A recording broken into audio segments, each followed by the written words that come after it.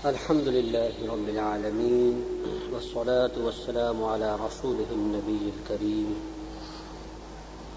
أما بعد فقد قال الله تبارك وتعالى في القرآن الحكيم أعوذ بالله من الشيطان الرجيم بسم الله الرحمن الرحيم تبارك الذي بيده الملك وهو على كل شيء قدير الذي خلق الموت والحياة ليبلوكم أيكم أحسن عملا وهو العزيز الغفور صدق الله العظيم رب اشرح لي صدري ويسر لي أمري واحلل عقدة من لساني يفقهوا قولي اللهم ألهمنا رشدنا وأعذنا من شرور أنفسنا اللهم ربنا أرنا الحق حقا وارزقنا اتباعه وَأَرِنَا الْبَاطِلَ بَاطِلًا وَارْزُقْنَا اجْتِنَابَهُ آمین یا رب العالمین۔ محترم حضرات اور معزز خواتین، آج ہم محترم یعقوب صاحب کے گھر پر ان کے والدین مرحومین کے ایصال ثواب کے لیے اس محفل میں جمع ہوئے ہیں۔ اللہ تبارک و تعالی اس درس کی برکت سے اور ہمارے یہاں جمع ہونے اور قرآن حکیم پڑھنے اور ان کے لیے جو دعائے مغفرت کی جائے گی، اس سب کے طفیل اللہ تعالیٰ ان کے تمام گناہوں کو معاف فرمائے، ہمارے بھی تمام گناہوں کو معاف فرمائے اور جملہ مسلمانوں کی کامل مغفرت فرمائے۔ ان تمہیدی کلمات کے بعد اب قرآن حکیم کی 29ویں سپارے کی ابتدائی 2 آیات جو میں نے پڑھی ہیں ان کا ترجمہ اور تشریح عرض کرتا ہوں کہ یہ اس موقع کے لحاظ سے نہایت مناسب آیات ہیں۔ فرمایا تبارک الذی بیدہ الملک، بہت بابرکت ہے وہ ذات کہ جس کے ہاتھ میں ہے اصل بادشاہی۔ ملک یعنی اختیار اور اقتدار، کل کا کل اس کے ہاتھ میں ہے۔ وَهُوَ عَلَى كُلِّ شَيْءٍ قدیر، اور وہ ہر چیز پر قادر ہے، کوئی شے اس کے قبضہ قدرت سے باہر ہے۔ یہ انتہائی پرجلال تعارف ہے اس ہستی کا کہ جس نے آسمان اور زمین کو بنایا، ہمیں اور آپ کو بنایا، ہمارے آباء و اجداد بھی اسی نے تخلیق فرمائی۔ تو اس کے ہاتھ میں ہیں تمام اختیارات اور ہر چیز پر اس کی قدرت حاوی ہے۔ اب یہ تعارف کرانے کے بعد اہم ترین حقیقت جس کا تعلق ہماری زندگی کے ساتھ، ہماری موت کے ساتھ ہے، وہ اللہ تبارک و تعالی نے بیان فرمایا الذی خلق الموت والحیات لیبلوکم ایکم احسن عملا۔ وہی ہے ذات کہ جس کا یہ تعارف کرایا گیا کہ جس کے ہاتھ میں پوری کائنات کی باغ ڈور ہے، ہر چیز پر وہ حاوی ہے، کوئی شے اس کے قبضہ قدرت سے باہر نہیں۔ اسی ہستی نے موت اور حیات کو پیدا کیا۔ دیکھیے یہ جو جملہ ہے بڑا قابل توجہ ہے۔ سادہ انداز میں یہ بھی کہا جا سکتا ہے کہ اللہ الذی خلق السماوات والارض، اللہ الذی خلق الموت والحیات، لیکن پہلے ایک تمہید باندھی گئی، پہلے اس پرجلال ہستی کا ایک تعارف کرایا گیا کہ وہ نہ صرف موت و حیات کا خالق ہے بلکہ کون و مکان سب اسی کے تخلیق کردہ ہے، ہر شے پر وہ حاوی ہے، اور جہاں اس کی بے شمار مخلوقات ہیں چھوٹی بڑی، انہی مخلوقات میں سے 2 اہم ترین مخلوق ہیں موت اور حیات۔ اب دیکھیے اس طرز اسلوب میں اور ایک سادہ سے اسلوب میں بڑا فرق ہے، اور یہ اسلوب اس لیے اختیار کیا گیا تاکہ نفی کی جا سکے اس باطل عقیدے کی کہ موت اور حیات انسان کو خود بخود لاحق ہو جاتا ہے۔ یہ ایک فلسفہ ہے، یہ ایک نظریہ ہے جس کو آپ الحاد کہہ سکتے ہیں، دہریت کہہ سکتے ہیں۔ قرآن حکیم نے اس کا ذکر کیا ہے، اور یہ بات بھی بڑی قابل توجہ ہے کہ یہ کوئی نیا فلسفہ نہیں ہے۔ لوگ سمجھتے ہیں کہ شاید بڑی اونچی پرواز ہے، بڑا دور کا خیال ہے کہ جناب یہ عقیدہ لوگوں کے سامنے رکھا جائے کہ یہ موت اور حیات تو ایک فزیکل چینج ہے، یہ تو خود بخود طاری ہونے والا ایک عمل ہے، اس کا کسی ماورا ہستی سے، مافوق الفطرت ہستی سے، کسی خدا سے کوئی تعلق نہیں۔ ہر شے ہے وہ اپنے ابتدا سے بتدریج نشو نما پا کر اپنے کمال کو پہنچتی ہے اور اس کے بعد زوال سے دوچار ہو جاتی ہے۔ یہ تو ایک قاعدہ کلیہ ہے، ساری کائنات میں رواں دواں ہے۔ ہر چیز کو آپ دیکھیں، بیج بویا جاتا ہے، اس سے پودا نکلتا ہے، بتدریج پروان چڑھتا ہے، برگ و بار لاتا ہے اور اس کے بعد زوال کا شکار ہو جاتا ہے۔ تو ایسے ہی انسان ہے، انسان بھی اس کائنات کا ایک حصہ ہے، خود بخود پیدا ہوتا ہے، بڑھتا ہے، جوان ہوتا ہے اور پھر خود بخود جو ہے مر جاتا ہے۔ تو اس میں کیا ضرورت ہے کسی خدا کے عمل دخل کی؟ یہ ہے الحاد۔ قرآن حکیم نے اس کو بیان کیا کہ وہ یہ کہتے ہیں نموت و نحیا وما یہلکنا الا الدہر، ہم خود ہی جیتے ہیں، خود ہی مرتے ہیں اور ہمیں کوئی شے ہلاک نہیں کرتی سوائے اس گردش دوراں کے۔ وما یہلکنا الا الدہر، یہ دہر کے لفظ کو پہچانیے۔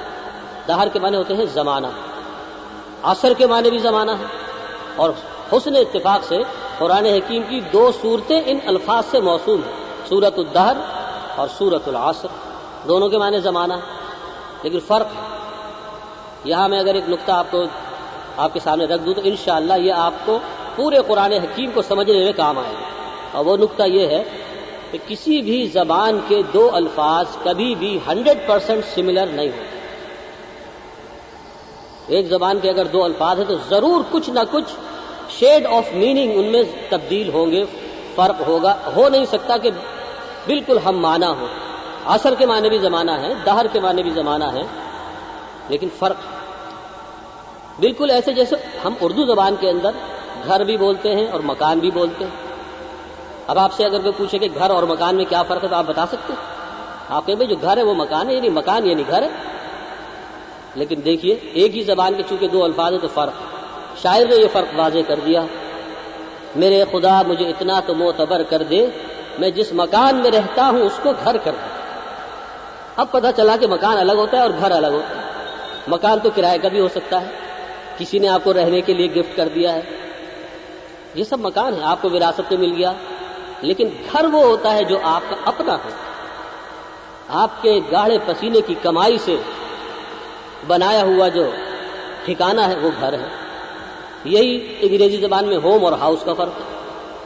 تو ہر زبان کے اندر جو مترادفات استعمال ہوتے ہیں، سملر ورڈز استعمال ہوتے ہیں، ان میں باہم فرق ہوتا ہے جو بالعموم تو واضح نہیں ہوتا، ایک کو دوسری جگہ استعمال کر لیتے ہیں، لیکن جب غور کیا جاتا ہے تو پتہ چلتا ہے اللہ کو پتا ہے پہلے سے کہ کون جہنمی ہے کون جنتی ہے، تو پھر اس نے ہمیں امتحان سے کیوں دوچار کیا؟ اس لیے امتحان سے دوچار کیا کہ ہماری زندگی کو اس نے ایک آزمائش بنایا ہے اور ہمیں آزاد ہمیں ایک اختیار دے کر اس دنیا کے اندر بھیجا ہے کہ ہم اپنے آزاد اختیار سے نیکی کی طرف جائیں یا بدی کی طرف۔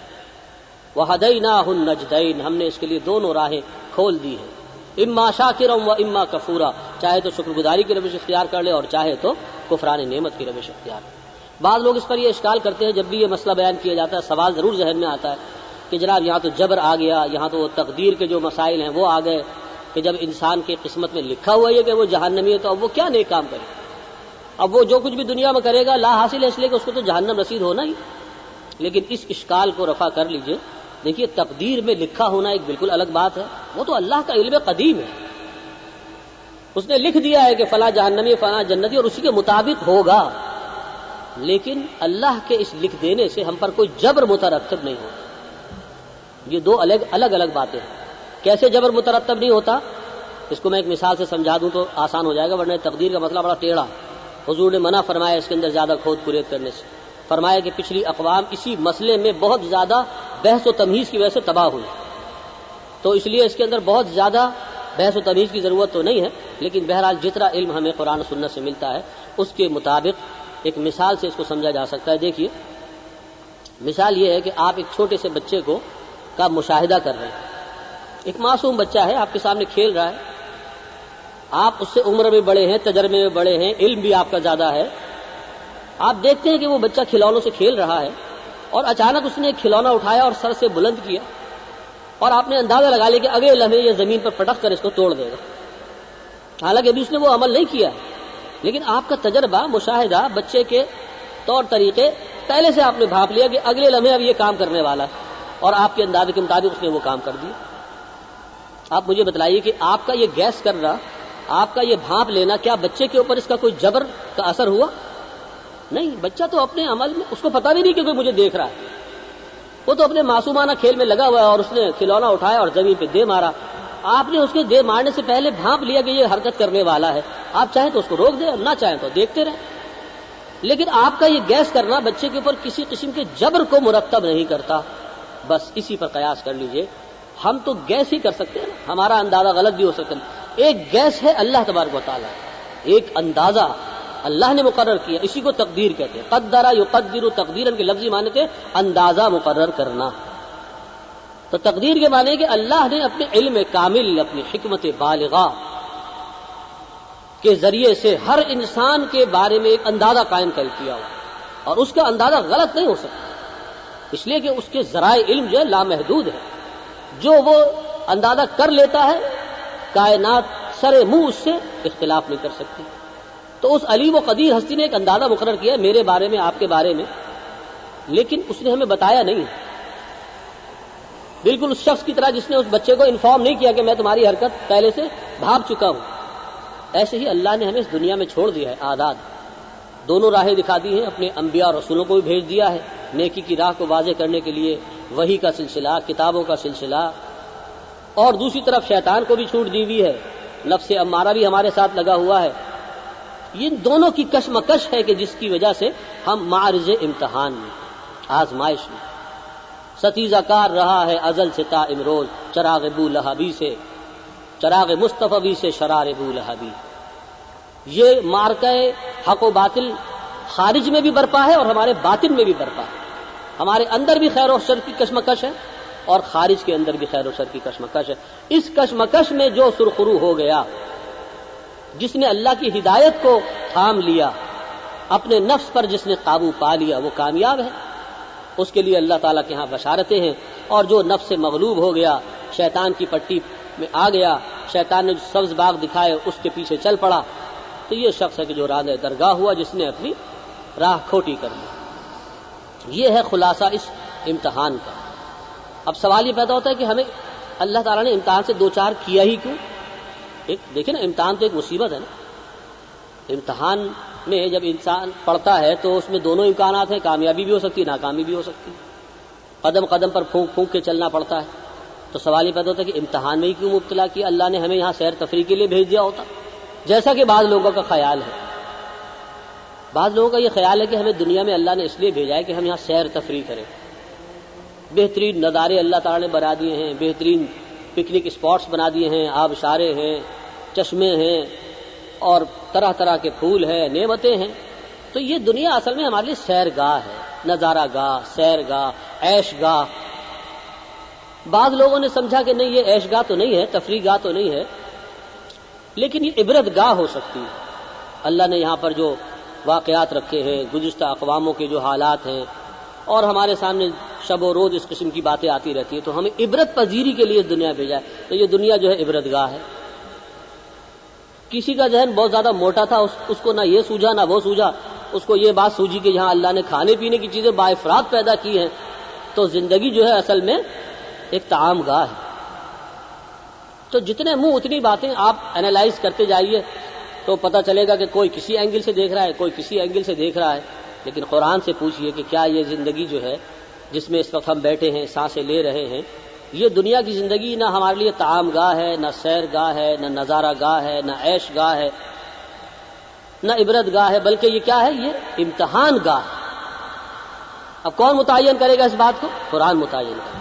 الذی خلق الموت والحیات لیبلوکم ایکم احسن عملا. یہ قرآن حکیم کی نص قطعی ہے. اللہ تبارک و تعالی جو خالق ارض و سماوات ہیں تبارک و تعالی، جنہوں نے موت اور حیات کو پیدا کیا، وہ بتلا رہے ہیں خود کہ میں نے اس زندگی کو اور موت کو کیوں پیدا کیا. تو اس سے زیادہ واضح اور کیا بات ہو سکتی ہے؟ اور ایک بات اور نوٹ کر لیجئے، یہ بھی انشاءاللہ فہم قرآن میں آپ کے ہمیشہ کام آئے گی.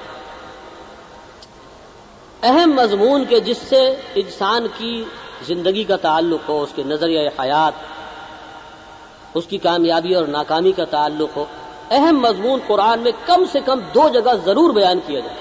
ہو نہیں سکتا کہ کسی ایک جگہ سرسری انداز میں اللہ بیان کر کے چلے جائے. اہمیت ہے نا.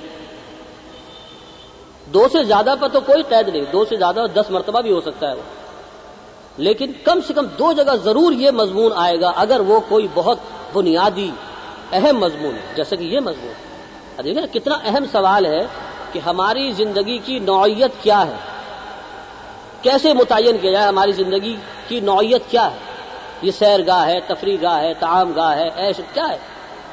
قرآن متعین کر رہا ہے کہ یہ امتحان گاہ ہے۔ جیسا کہ میں نے اقبال کا شعر بھی آپ کے سامنے پڑھ دیا، قلزم ہستی سے تو ابھرا ہے مانند حباب، اس ضیاء خانے میں تیرا امتحان ہے زندگی۔ اس آیت کا متبادل قرآن حکیم میں سورۃ الدہر میں آیا ہے، جس کا میں نے ابھی ذکر کیا تھا آپ کو۔ اللہ تعالیٰ دیکھیے وہاں فرماتے انا خلقنا الانسان، یہاں تو موت اور حیات کا ذکر تھا، وہاں اللہ تعالیٰ نے واضح کر کے بیان کیا انا خلقنا الانسان من نطفۃ امشاج نبتلیہ فجعلناہ سمیعا بصیرا، بے شک ہم نے انسان کو ملے جلے نطفے سے بنایا تاکہ ہم اسے آزمائیں۔ نبتلیہ یہ وہی لفظ ہے جو جہاں پر آیا بلا یبلو، با لام واو اس کا مادہ ہے، وہاں باب افتعال سے آیا ہے ابتلا کے معنی میں، یہاں بلا یبلو مجرد سے آیا ہے۔ اب واب کا فرق ہے، صرف مادہ ایک ہی ہے، روٹ ورڈز ایک ہی ہے اور ترجمہ بھی ایک ہی ہے۔ یہاں فرمایا خلق الموت والحیات لیبلوکم ایکم احسن عملا، اسی نے موت اور حیات کو پیدا کیا ہے تاکہ تمہیں آزمائے، جانچے اور پرکھے کہ تم میں سے کون ہے بہترین عمل کرنے والے۔ اور وہاں اللہ تعالیٰ نے فرمایا انا خلقنا الانسان من نطفۃ امشاج، ہم نے انسان کو ملے جلے نطفے سے بنایا ہے، نبتلیہ تاکہ ہم اسے آزمائیں، اسے پرکھیں، اسے ابتلا میں ڈالیں۔ فجعلناہ سمیعا بصیرا، پس اس سبب اس امتحان کے باعث ہم نے اسے بنا دیا ہے سننے والا اور دیکھنے والا۔ فجعلناہ سمیعا بصیرا، یہاں مضمون کو ایک قدم آگے بڑھا دیا ہے۔ یہ قرآن کا اعجاز ہے کہ مجرد ریپیٹیشن نہیں ہو، تکرار محض نہیں ہے قرآن میں۔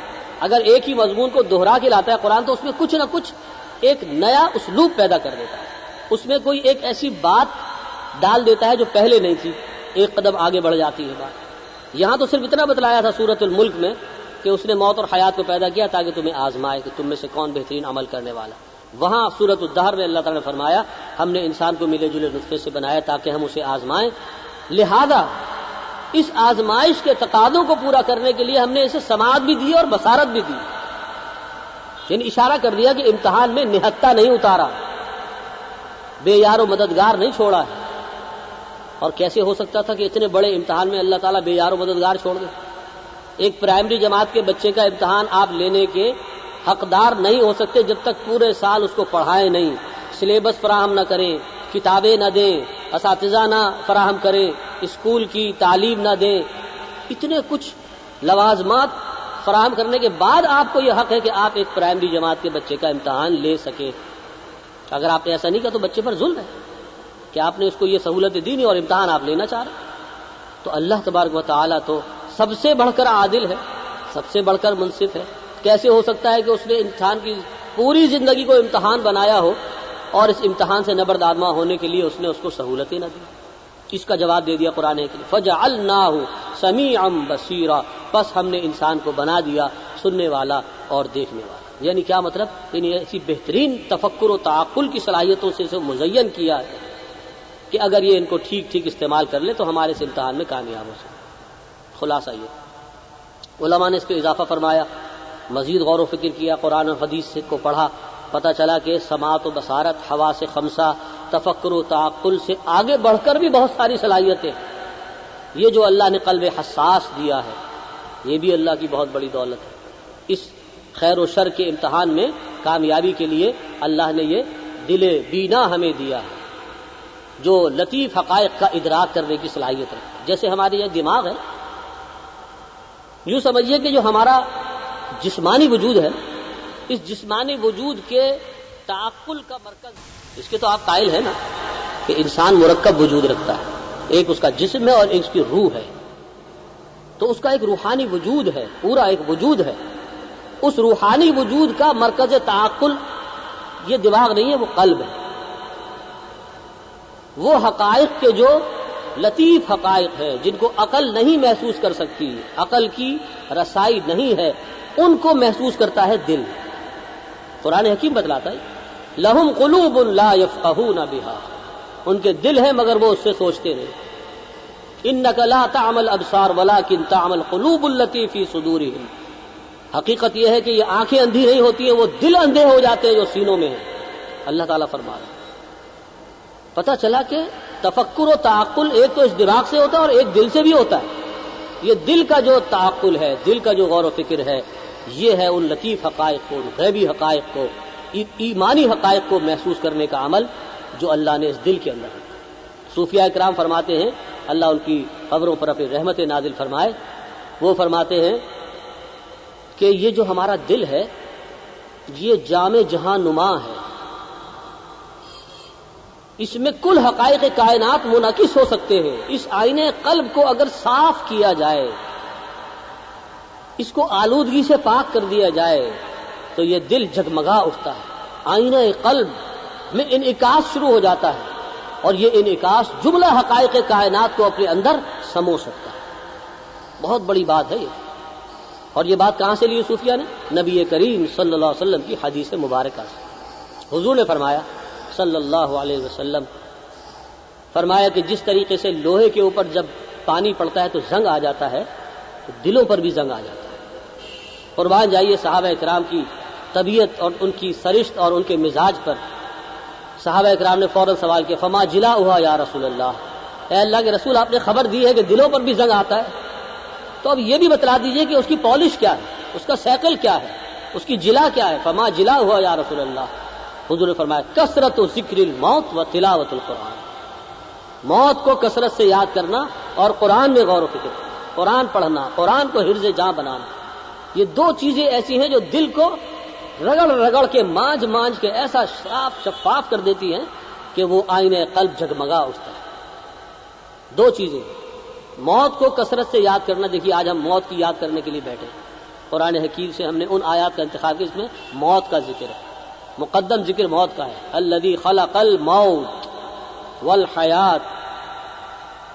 تو حضور فرماتے ہیں کہ یہ تو اتنا مبارک ذکر ہے، موت کو یاد کرنا اتنا مؤثر عمل ہے کہ تمہارے دل کے اوپر آئی ہوئی آلودگی، کثافتیں، گندگیاں اور میل کچیل کو کاٹ دیتا ہے، پالش کر کے جگمگا دیتا ہے. قرآن میں غور و فکر کرو اور موت کو کثرت سے یاد کرو. بس یہ دو ہیں نسخے کہ جس سے تم اپنے دل کو جلا بخش. اور جس نے ان دو چیزوں پر عمل کر لیا اور اپنے دل کو جگمگا لیا، کل حقائق کائنات اس آئینے قلب میں منعکس ہو سکتا ہے. یہ ہے دل. اور آگے چلیے، اللہ تعالیٰ نے انسان کو خیر و شر کی ایک تمیز دی ہے، اس کے نفس کے اندر ان بلڈ. اللہ تعالیٰ فرماتے ہیں وَنَفْسٍ وَمَا سَوَّاهَا فَأَلْهَمَهَا فُجُورَهَا وَتَقْوَاهَا. یہ تفصیل میں اس لیے عرض کر رہا ہوں کہ دیکھیں جب ہماری سمجھ میں یہ بات آ گئی عذرو قرآن کہ یہ ہماری زندگی امتحان ہے، اب اس میں تو کوئی شک و شبہ نہیں ہے نا. قرآن کی دو مقامات میں نے آپ کے سامنے رکھ دیے، سورۃ الدہر کی آیت اور سورۃ الملک کی آیت، دونوں کا ایک ہی مضمون ہے. اور وہ کیا ہے کہ اللہ نے اس دنیا کی زندگی کو سوائے امتحان کے اور کچھ نہیں بنایا. ہم دارالامتحان میں ہیں.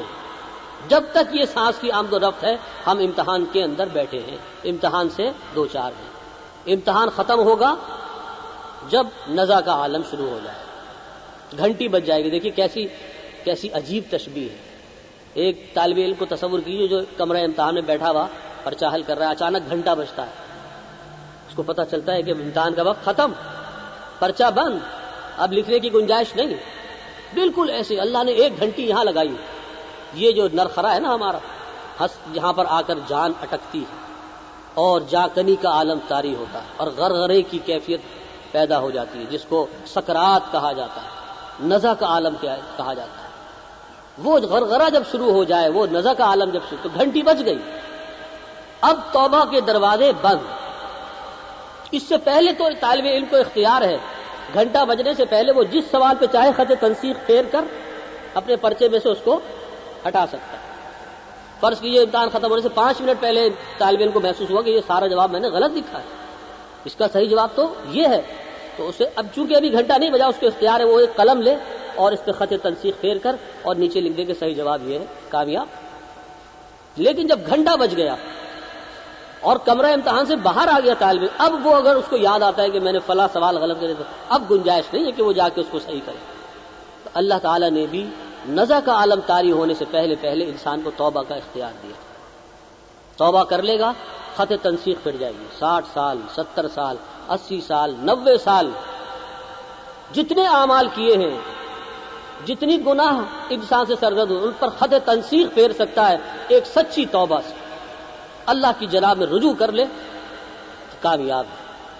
لیکن کب تک؟ جب تک کہ وہ گھنٹہ نہیں بچتا، اور وہ گھنٹہ کیا ہے؟ وہ ہے عالم نزع.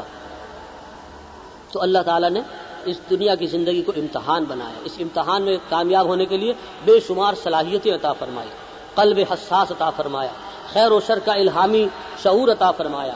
ہر انسان جانتا ہے برائی کیا ہے، اچھائی کیا ہے. حضور نے فرمایا کہ جب تمہارے دل میں کسی شے کے بارے میں کھٹک پیدا ہو تو اپنے دل سے پوچھ لیا، اپنے ضمیر سے فتویٰ لے لیا.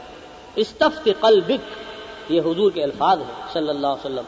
اپنے دل سے فتویٰ لے لیا کرو، اس لیے کہ اللہ نے اس کے اندر ایک ایسا انڈیکیٹر نصب کیا ہے جو ہمیشہ صحیح بات بتلاتا ہے. آپ کا ضمیر آپ کو کبھی دھوکہ نہیں دے گا، الا یہ کہ آپ اس کی آواز بالکل ہی کھوڑ دیں، آپ اپنی فطرت کو مسخ کر ڈالیں اور ضمیر بالکل مردہ ہو جائے تو بات الگ ہے.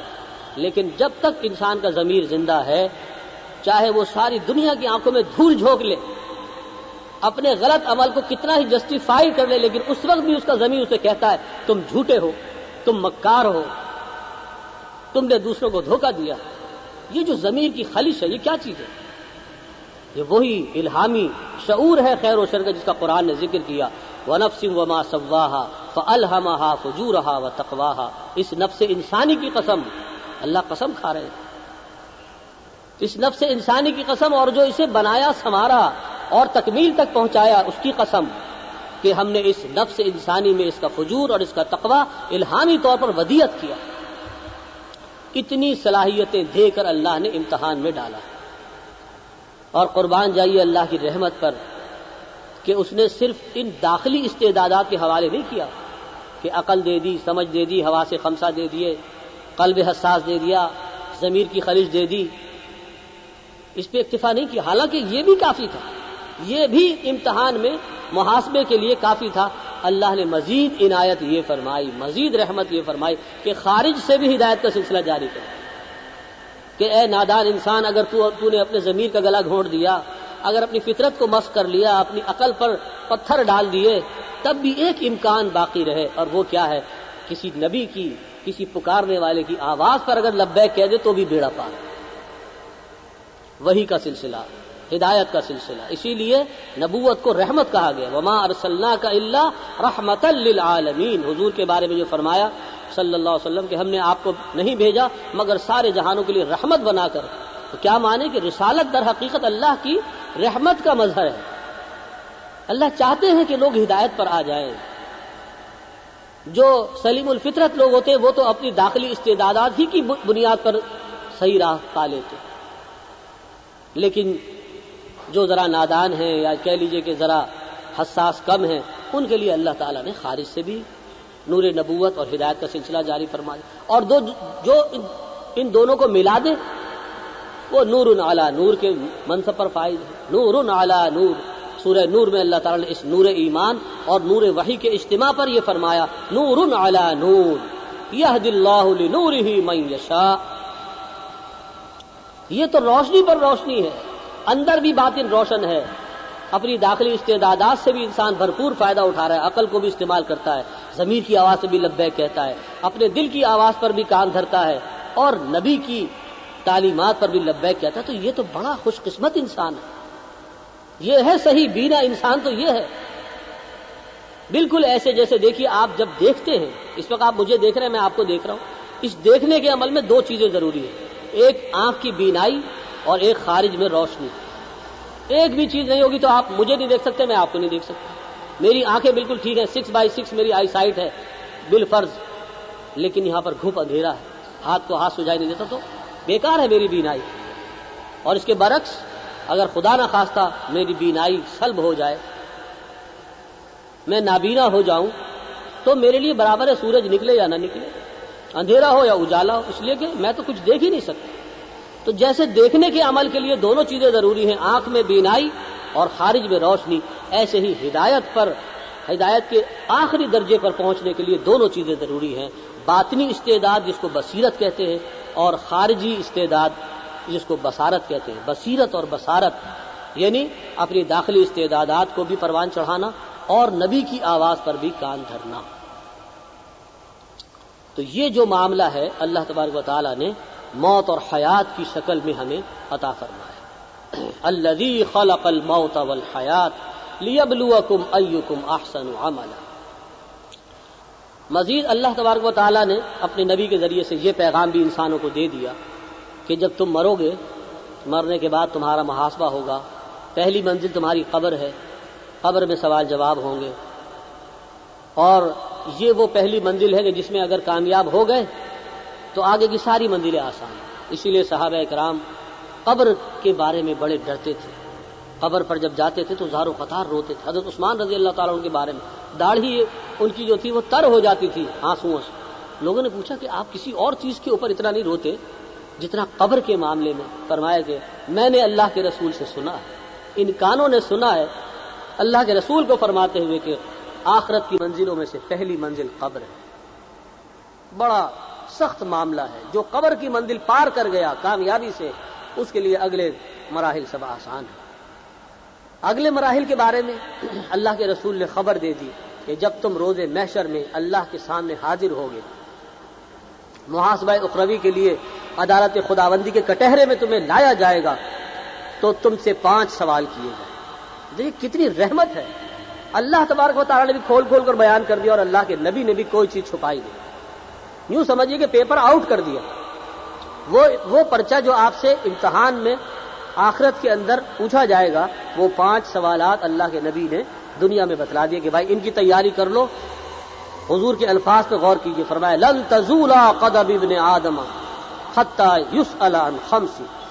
ابن آدم کے قدم عدالت خداوندی سے ہل نہ سکیں گے، اس کٹہرے سے ہٹ نہ سکیں گے جب تک کہ 5 باتوں حضور میں پیش کریں گے، اپنے حضور روبرو لائیں گے۔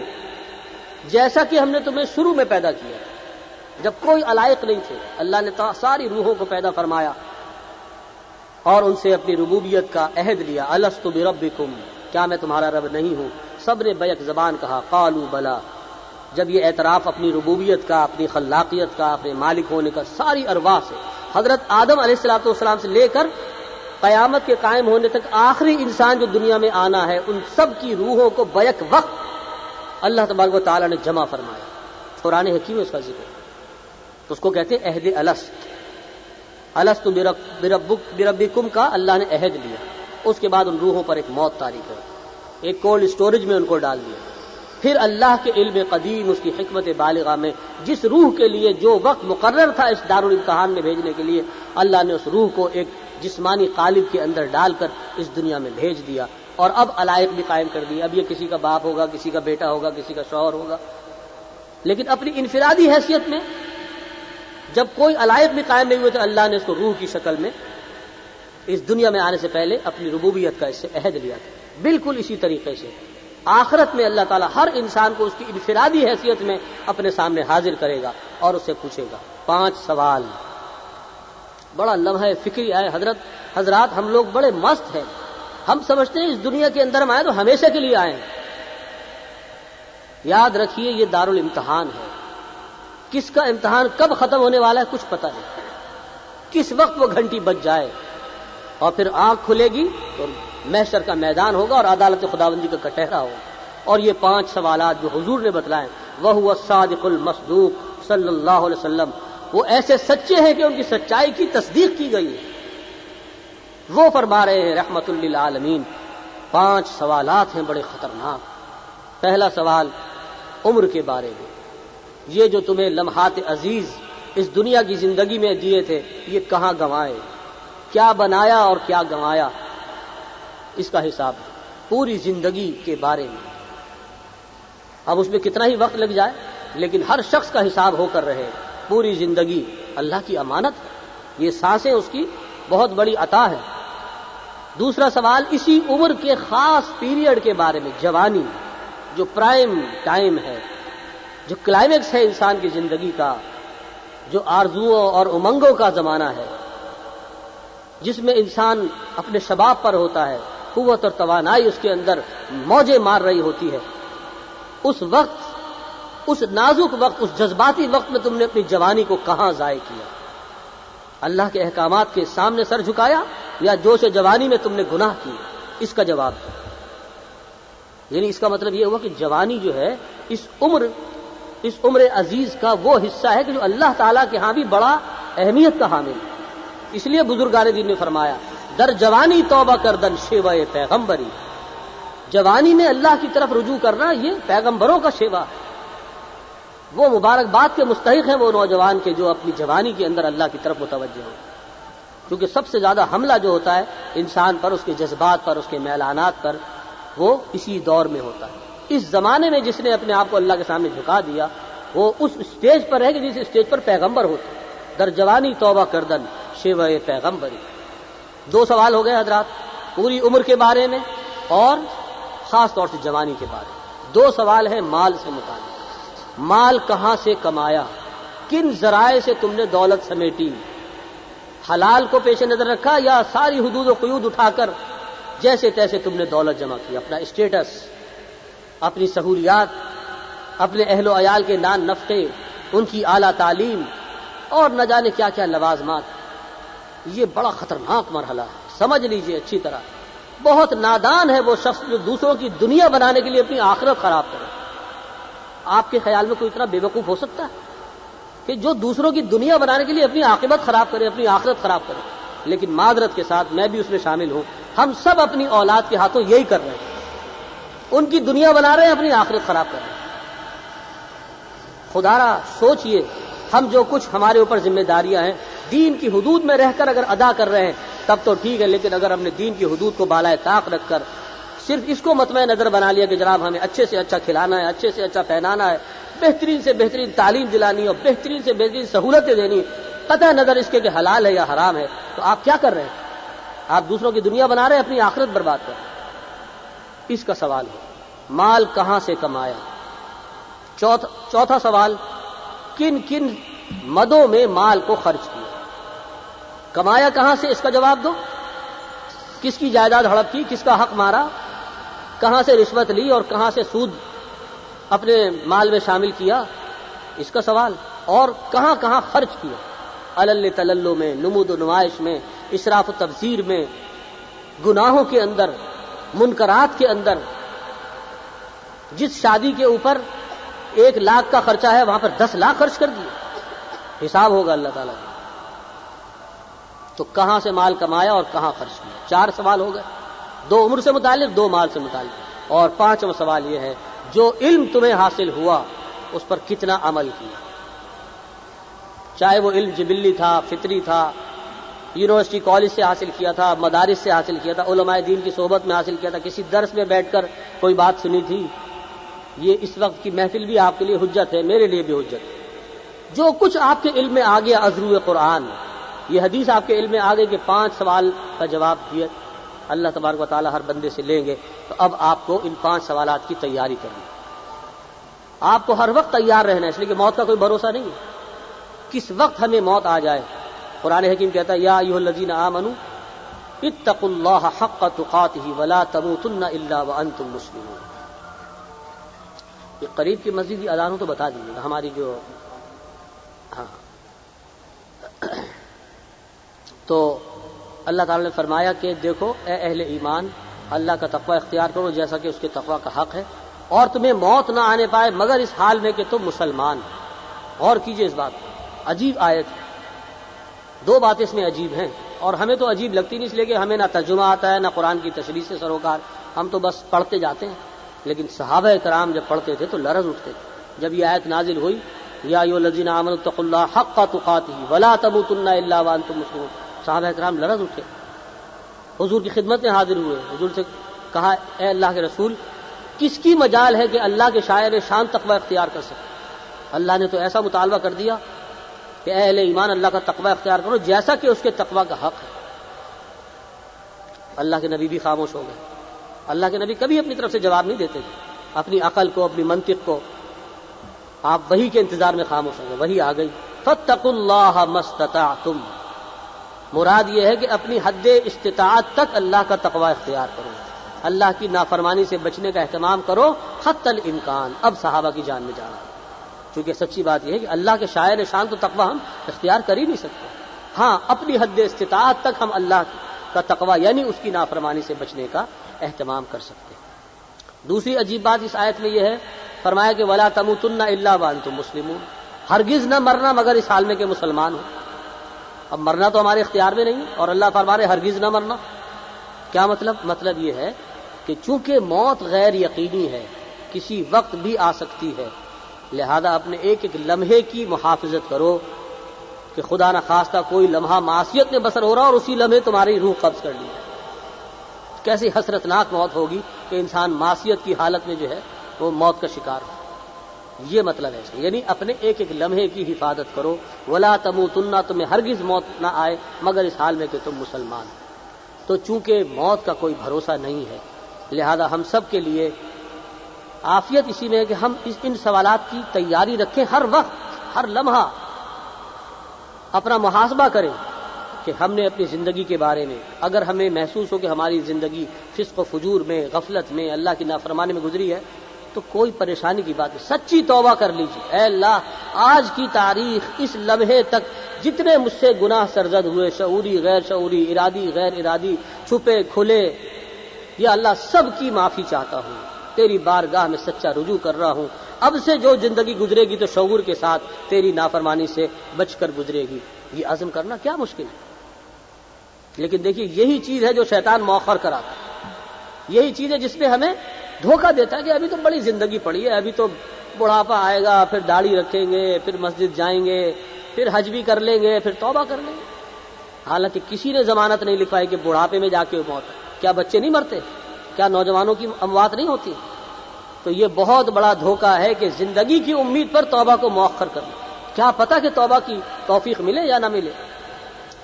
اور جیسا کہ میں نے عرض کیا کہ جب نزع کا عالم شروع ہو جاتا تو توبہ کا دروازہ بند ہو جاتا، کیونکہ اس وقت عالم غیب کے حقائق منکشف ہونے لگتے ہیں، پردے اٹھا لیے جاتے ہیں، انسان فرشتوں کو دیکھتا ہے جو اس کی روح قبض کرنے آتے ہیں اور لے کر جا رہے ہیں، انسان دیکھتا ہے ان کو اپنی آنکھوں، اسی لیے اس کی آنکھیں جو ہیں کھلی رہ جاتی، مرنے والے کی آنکھیں خلا کے اندر گھور رہی ہوتی ہیں، وہ اپنی روح کو نکلتا ہوا اور فرشتوں کو لے جاتا ہوا دیکھ رہا ہوتا۔ تو چونکہ عالم غیب کے پردے اٹھا دیے جاتے ہیں تو امتحان ختم۔ امتحان اسی وقت تک ہے جب تک آپ غیب میں ہیں، اور جب غیب کھل گیا تو امتحان ختم۔ لہذا یوم حشر میں جب سارے پردے اٹھا دیے جائیں گے، وَأَشْرَقَتِ الْأَرْضُ بِنُورِ رَبِّهَا، زمین جگمگا اٹھے گی اللہ کے نور سے، یعنی ایسی معرفت اللہ تعالیٰ کی برس رہی ہوگی کہ پکے سے پکا کافر بھی اس وقت پکا مومن ہوگا، اس لیے کہ اپنی آنکھ سے دیکھ رہا ہوگا، جہنم کو دیکھ رہا ہوگا، جنت کو دیکھ رہا ہوگا، اللہ تعالیٰ کے عرش کو دیکھ رہا ہوگا، تو اس کے یقین میں وہ اضافہ ہوگا اور اتنا سچا یقین ہوگا کہ دنیا کے اندر شاید مومن کو وہ یقین نہیں ہوگا جو اس وقت کافر کو ہوگا، لیکن وہ یقین بیکار ہے، اس لیے کہ یہ تو اب دیکھ کر یقین لا رہا ہے نا۔ اصل امتحان یہ تھا کہ بن دیکھے یقین لے آتا۔ تو جب پردے اٹھا لیے جائیں گے نزع کے عالم میں تو توبہ کا دروازہ بند۔ اور حضور نے ایک اور بھی خبر دی ہے کہ اجتماعی لحاظ سے بھی توبہ کا دروازہ بند ہوگا جب سورج مغرب سے طلوع ہوگا۔ علامات قیامت میں سے جو آخری نشانیاں ہیں ان میں سے ایک نشانی یہ ہے کہ سورج مغرب سے طلوع ہوگا، نصف النہار تک پہنچے گا اور پھر واپس مغرب میں غروب ہوگا۔ تو مغرب سے سورج کا طلوع ہونا چونکہ ایک بہت بڑی غیبی خبر ہوگی، غیب کے پردے اللہ تبارک و تعالیٰ اٹھا دیں گے، لہذا اجتماعی لحاظ سے توبہ کا دروازہ بند، یعنی اس سورج کے مغرب سے طلوع ہونے کے بعد کسی کا ایمان معتبر نہیں ہوگا، کسی کی توبہ قبول نہیں ہوگی، اور انفرادی طور پر ہر شخص کا جو عالم نزع ہے وہ اس کا آخری وقت۔ اب اس موت کے بارے میں یہ بھی جان لیجئے کہ اس موت کو بھلانے ہی کے نتیجے میں ساری خرابی، دین سے دوری، غفلت اور یہ معصیت جو ہے صرف اس لیے کہ ہم نے موت کو بھلایا ہوا۔ ایک حدیث تو میں نے آپ کو سنا دی کہ دلوں پر زنگ آتا ہے، حضور نے فرمایا جب انسان گناہ کرتا ہے تو ایک سیاہ دھبا اس کے دل پر پڑ جاتا ہے، اگر سچی توبہ کر لیتا ہے وہ دھبا دور ہو جاتا ہے، نہیں کرتا تو وہ برقرار رہتا ہے، اور گناہوں کے دھبے لگتے لگتے وہ دل بالکل سیاہ ہو جاتا ہے، اور ایسے غلاف کے اندر، ایسے خول کے اندر آ جاتا ہے، سیاہ خول میں، کہ اب اس میں کوئی کرن ہدایت کی، کوئی ایمان کی روشنی داخل نہیں ہو سکتی۔ اللہ تعالیٰ اپنی پناہ میں رکھے۔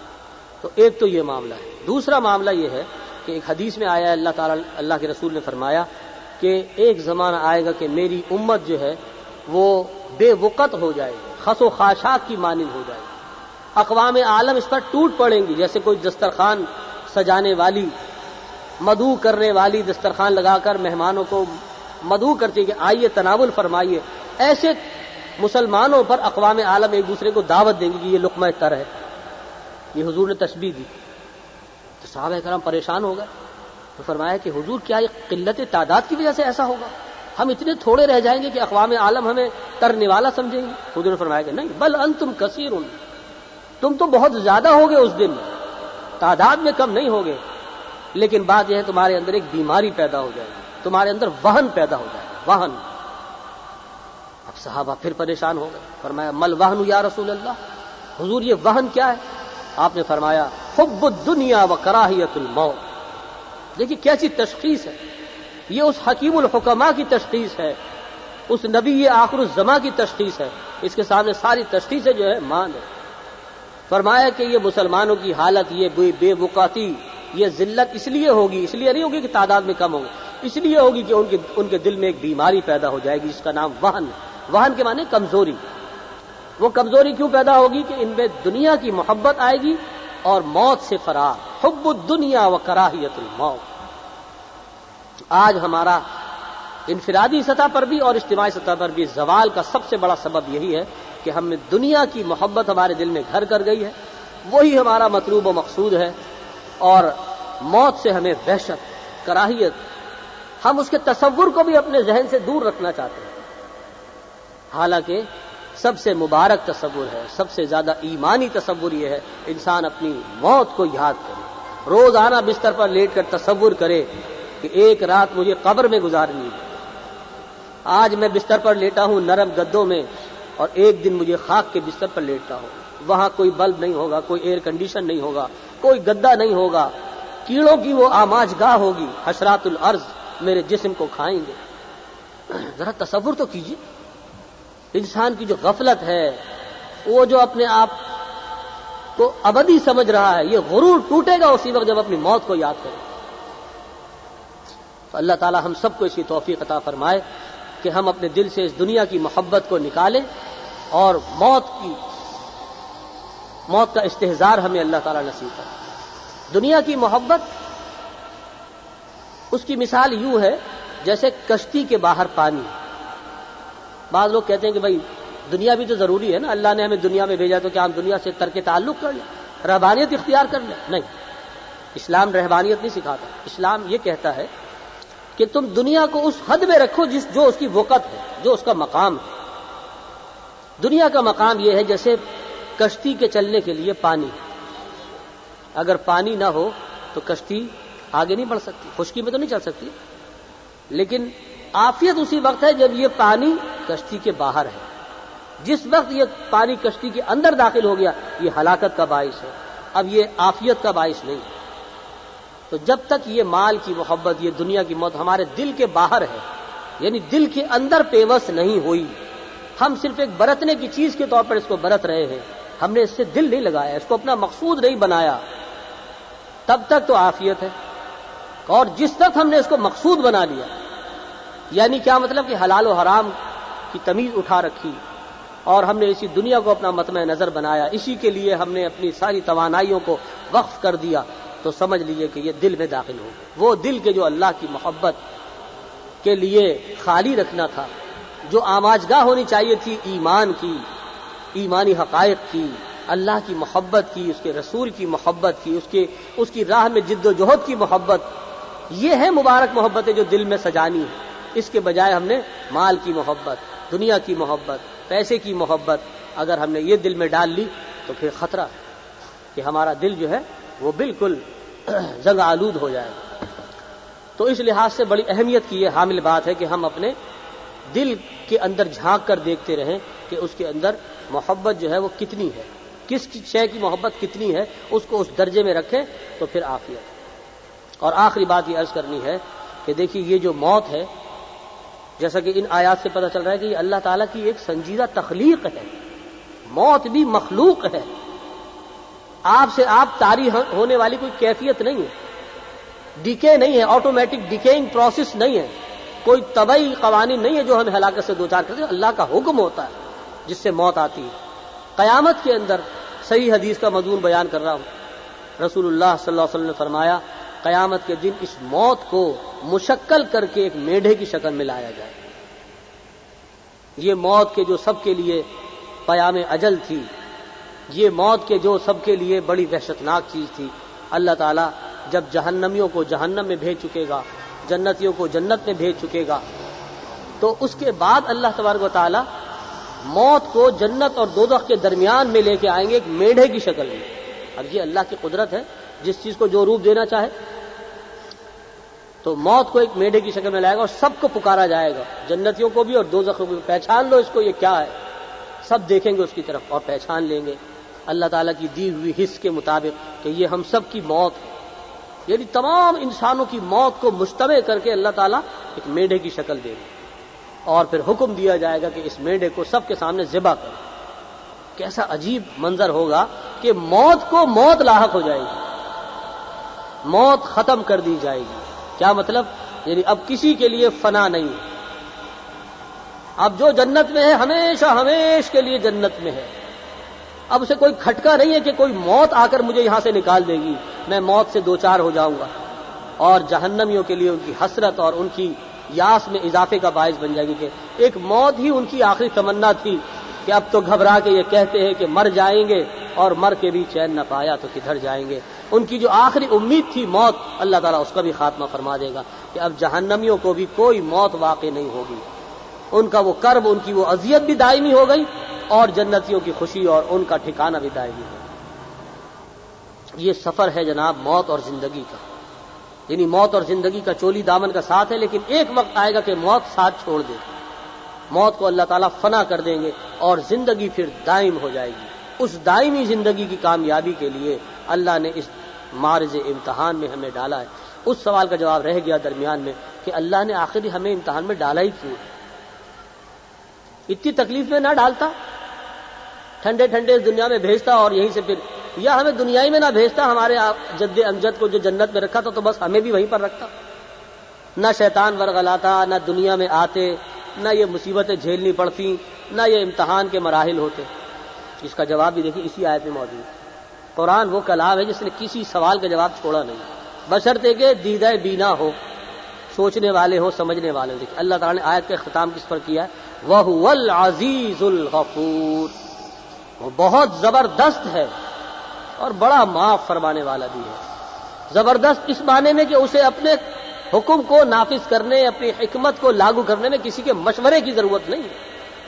عزیز وہ ہستی ہوتی ہے جو اپنے کام میں خود مختار ہو، زبردست جس کو کسی سے مشورہ کرنے کی ضرورت نہ ہو۔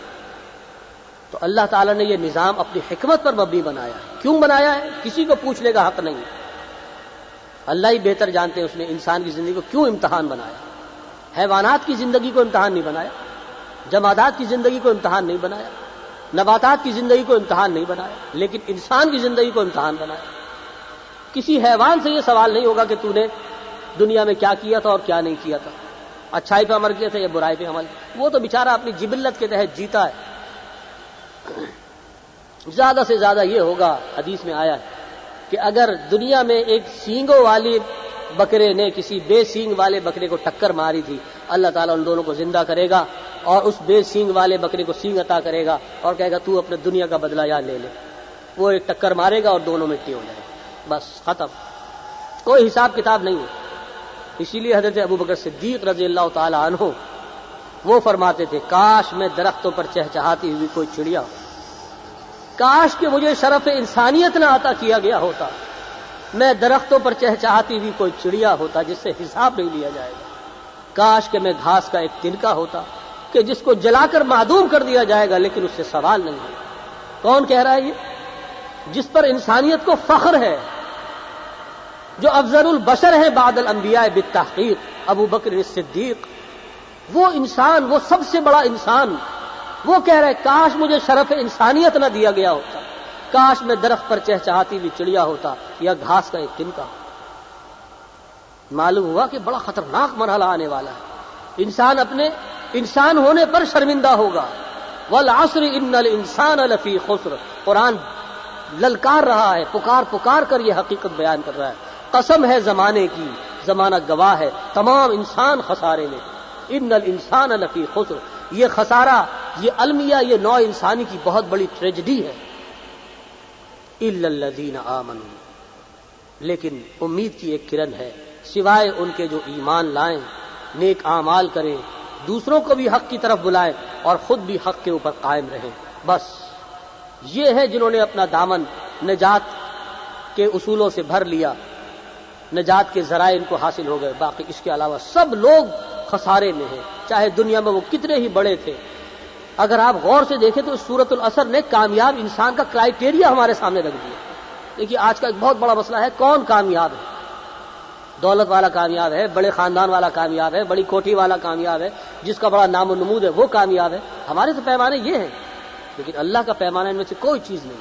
اللہ تعالیٰ فرما رہے ہیں والعصر ان الانسان لفی خسر، زمانہ گواہ ہے، تمام انسان خسارے میں ہیں، بڑے سے بڑے بادشاہ ہو، بڑے سے بڑا ولی ہو، ولی کے خاندان کا ہو، سب خسارے میں، سوائے ان کے دیکھیے استثناء ہے، جن میں یہ چار باتیں پائی جائیں گی: ایمان، عمل صالح۔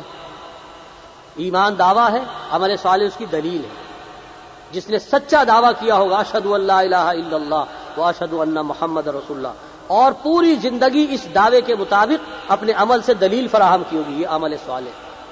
پھر اسی پہ اکتفا نہیں ہے، اپنے بھائی بندوں کو، اپنے اہل و عیال کو، اپنے متعلقین کو بھی یہی بات سمجھانے کی کوشش کی ہوگی کہ بھائی اسی میں کامیابی ہے، یہی نجات کا نسخہ ہے۔ بڑی خوبصورت بات کہی ہے ایک بزرگ نے، فرمایا کہ دیکھو جیسے حکیم ایک نسخہ لکھ کے دیتا ہے، طبیب ایک حاذق حکیم آپ کے مرض کی صحیح تشخیص کر کے آپ کو 4 اجزاء لکھ کے دیتا ہے، 4 دوائیں۔ اب کسی کو حق نہیں پہنچتا اس میں سے کسی ایک کو بھی ساقط کرے۔ یہ 4 دوائیں مکمل مل کر نسخہ شفا ہیں، چاروں کو استعمال کرے گا تو شفا ہوگی، ایک کو بھی چھوڑے گا تو یہ نسخہ ہلاکت بن سکتا ہے۔ تو وہ تو نسخہ شفا ہے اور یہ نسخہ نجات ہے۔ اور تو جس نے یہ 4 باتیں اختیار کر لی، اللہ کے نزدیک وہ کامیاب ہے، چاہے دنیا اس کو جانے نہ جانے، وہ کسی معمولی خاندان سے ہو، اس کو دنیا میں کھانے کو کچھ نہ ہو، ہمارے نزدیک وہ کیسے ہی گرا پڑا شخص، لیکن اللہ تعالیٰ فرما رہے ہیں، اللہ رب العزت فرما رہے ہیں کامیاب انسان وہ ہے جس میں یہ 4 باتیں پائی جائیں۔ حضرات اتنی کھلی تعلیمات ہیں، یہ دنیا کی زندگی امتحان ہے، اس امتحان میں ہم سب اس وقت 2-4 ہیں۔ ہماری زندگی اللہ نے امتحان ہے، انہوں نے آ کر ہمیں ان سوالات کا بھی پتہ بتلا دیا ہے، قبر میں کیا سوالات ہوں گے، حشر میں کیا سوالات ہوں گے اور کیسے تم ان میں نبرد آزما ہو سکتے ہو۔ قرآن نے بتلا دیا کہ صرف 4 چیزیں ہیں جو تمہیں بچا سکتی ہیں، اور نجات کے معنی کیا ہیں؟ بغیر جہنم رسید ہوئے ہوئے سیدھے جنت میں چلے جانا۔ قرآن کے نزدیک یہ ہے کامیابی، کیونکہ ایک مرتبہ جو جہنم رسید ہو گیا چاہے تھوڑے عرصے کے لیے بھی، وہ کامیاب کہاں ہوا؟ قرآن کہتا ہے فمن زحزح عن النار وادخل الجنۃ فقد فاز۔ ہمارے نزدیک تو کامیاب یہ ہے، جو جہنم رسید ہو گیا وہ کہاں کامیاب ہے بھائی؟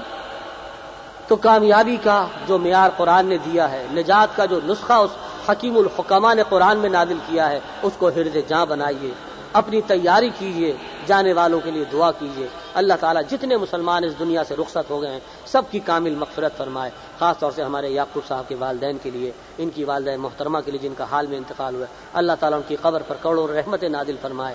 اللہ تعالیٰ ہم سب کے والدین اور ہمارے اساتذہ اور محسنین کی بھی کامل مغفرت فرمائے، اور آنے والے مراحل کے لیے اللہ تعالیٰ ہمیں بھی تیاری کی توفیق عطا فرمائے۔ الحمدللہ رب العالمین والصلاة والسلام علی رسولہ النبی الکریم۔ الحمد للہ الذی ہدانا لہذا وما كنا لنہتدی لولا ان ہدانا اللہ۔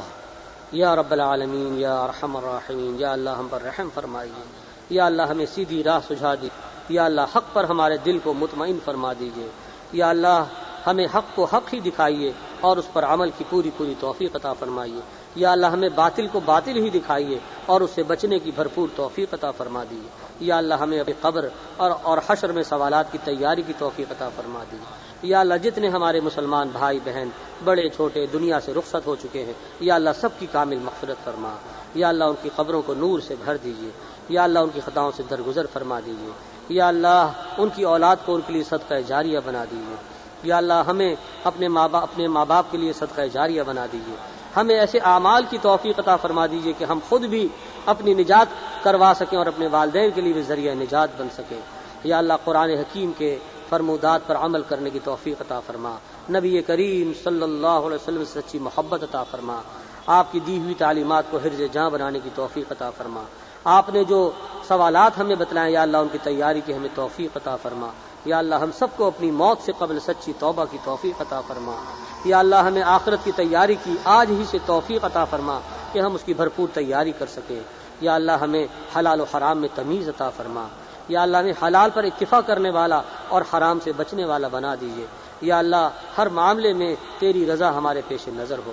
اللہم وفقنا لما تحب وترضى، اللہم اکفنا بحلالک عن حرامک واغننا بفضلک عمن سواک، اللہم اغفر لنا ولجمیع المؤمنین والمؤمنات المسلمین والمسلمات الاحیاء منہم والاموات انک سمیع مجیب الدعوات۔ الہ العالمین ہمیں اپنی اولاد کو صحیح تربیت دینے کی توفیق عطا فرما، یا اللہ اسلامی خطوط کے مطابق ان کی تربیت کرنے کی توفیق عطا فرما۔ الہ العالمین ہمارے گھر بار مال و منال میں برکت عطا فرما۔ ربنا هب لنا من ازواجنا وذرياتنا قرة اعین واجعلنا للمتقین اماما۔ یا الہ العالمین جتنے بیمار ہیں سب کو شفاء کاملہ عاجلہ عطا فرما، یا اللہ دنیا کی نعمتیں بھی عطا فرما، آخرت کی نعمتوں سے بھی سرفراز فرما، یا اللہ ہمیں اپنے محبوب بندوں میں شامل فرما، یا اللہ ہمیں شکر گزار بنا، یا اللہ